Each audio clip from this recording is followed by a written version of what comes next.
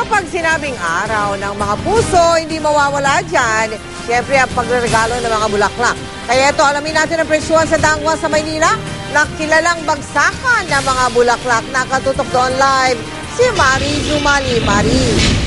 Mel, 4 na araw pa bago mag-araw ng mga puso pero ngayon pa lang ay nagmahal na ang presyo ng ilang mga bulaklak dito sa Dangwa, Maynila.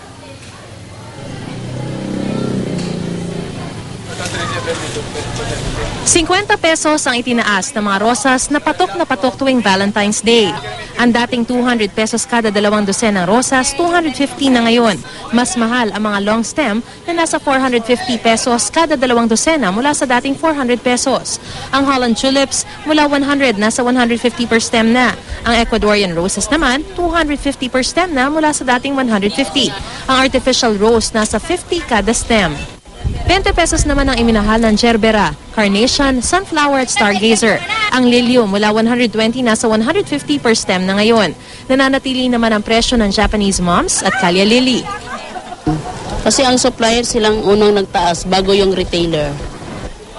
Pwede rin magpa-arrange ng bouquet o nakabasket na nasa 250 hanggang ₱2,000 depende sa bulaklak na pinili at pagkakaayos. Kung nais lagyan ng borloloy ang bouquet, pwede rin dito sa Dangwa. Meron ding mga bulaklak na gawa sa pastillas na ₱35 ang isa. Ayon sa mga nagbebenta ng bulaklak, dapat ibagay sa personalidad ng pagbibigyan at kahulugan nito ang pagbili ng mga bulaklak. Ay, mga estudyante kasi mostly ang nag-uusang gamit. Peach, yung mga orange. Sa mga friends. Sa mga boys naman, mga reds para sa mga love. Yes.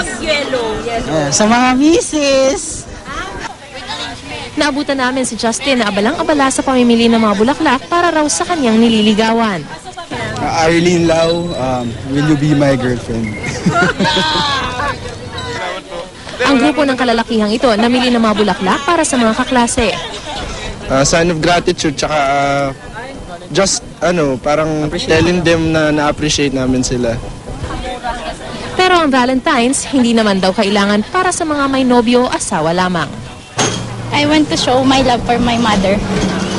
Mel, bukod dun sa mga tindahan ng mga bulaklak na nakahilera sa labas, marami pa rin pagpipilian dito sa loob mismo ng Manila Flower Center. Maaari namang tumawad, pero ayon sa mga nagbebenta, kahit na nagmahal na sila ng presyo ng mga bulaklak ngayon, asahan daw na maaaring dumoble pa ang presyo ng mga bulaklak na ito sa mismong araw ng mga puso. Mel?